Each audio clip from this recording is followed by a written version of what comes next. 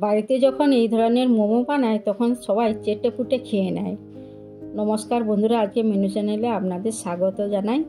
আজকে আপনাদের জন্য নিয়ে চলে এসেছি স্যুপ মোমো। কি করে বানাচ্ছি আপনারা দেখুন। এখানে নিয়ে নিয়েছি 1 কাপ ময়দা আর 4 ভাগের 1 ভাগ কর্নফ্লাওয়ার আর পরিমাণ মতো লবণ আর সামান্য তেল। বেশি তেল দেবে না, তাহলে মুচমুচে হয়ে যাবে। প্রথম থেকে শেষ পর্যন্ত ভিডিওটি দেখার জন্য অনুরোধ রইল। এবার আমি একটু একটু করে জল দিয়ে একটা ডো বানিয়ে রেখে দিলাম ঢাকা দিয়ে 5 মিনিট। এবার চলে এলাম মিক্সিতে নিয়ে নিলাম কয়েক পিস মাংস, টুকরো গাজর আর ধনেপাতা, আর নিয়ে নিচ্ছে একটা কাঁচা লঙ্কা আর রসুন কোয়া 3টা, আদা কুচি আর পেঁয়াজ কুচি। তারপর নিয়ে নিলাম টেবিল চামচ বাটার আর 2 টেবিল চামচ সয়া সস, নিয়ে নিলাম পরিমাণ মতো লবণ দিয়ে এগুলো আমি মিক্সি করে নেব। মিক্সিও হয়ে গেছে, দেখুন খুব সুন্দর মিক্সি হয়ে গেছে। এবার চলে এলাম ডোটাকে আবার একটু ভালো করে মাখিয়ে নিলাম। লেচি করে নিলাম, রুটির মতন যেরকম লেচি করেন সেরকম করে নেবেন। এবার এইটাকে আমি রুটির মতন বেলে নেব, খুব মোটাও নয় খুব পাতলাও নয়। একটা কৌটোর ঢাকনা নিয়ে এইভাবে আমি গোল গোল করে কেটে নিচ্ছি। নতুন বন্ধুদের জন্য রইল সাবস্ক্রাইব করা অনুরোধ, আর পুরানো বন্ধুদের জন্য রইল ভালোবাসা।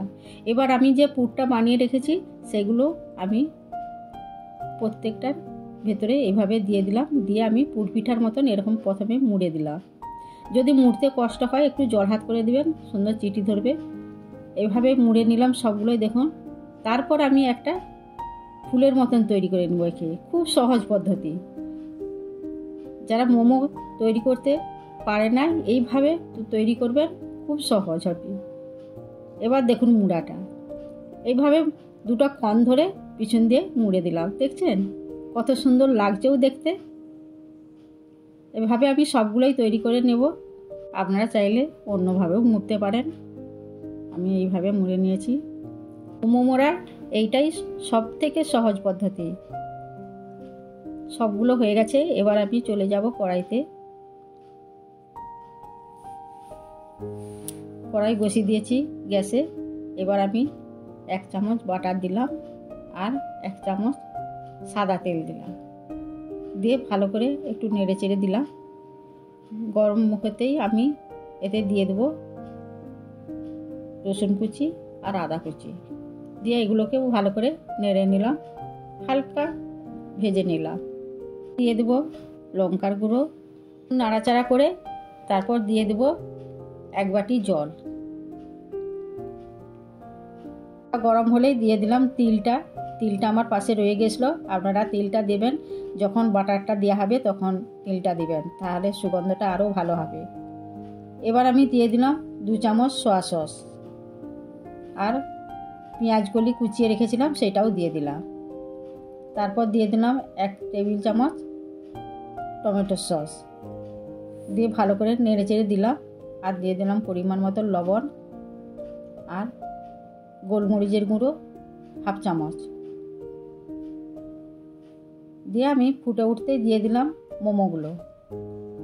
মোমোগুলো পরপর সাজিয়ে দেওয়ার পর আমি দিয়ে দিলাম উপর থেকে একটা ঢাকনাটা দেব 8 থেকে 10 মিনিট।